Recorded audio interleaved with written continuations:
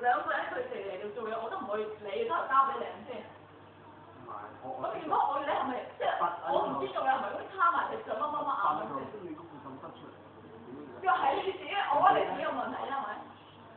跟住你就完全俾我解釋咁就衝走㗎啦，拎上樓上，咁你而家咩態度？我覺得接受唔到嗰唔係，因為你明唔明？你可以好大聲咁同佢講，我講錯，咁我同你講 sorry，我噏。但係你明，我真係我只係而家解釋多一次，我人食唔食？咁你唔好即係我唔食啊！哎呀，我啊，阿姐啊咁樣。唔係嗰種，但係你唔可以攞人哋嚟答我㗎嘛？你咪答佢咁樣講喎，如果我咁樣講，我唔會咁樣講咯。如果你咁我同佢講，咁我點解唔會同你講咧？其實佢咧都 expect 啦，即係唔係同你講嘅。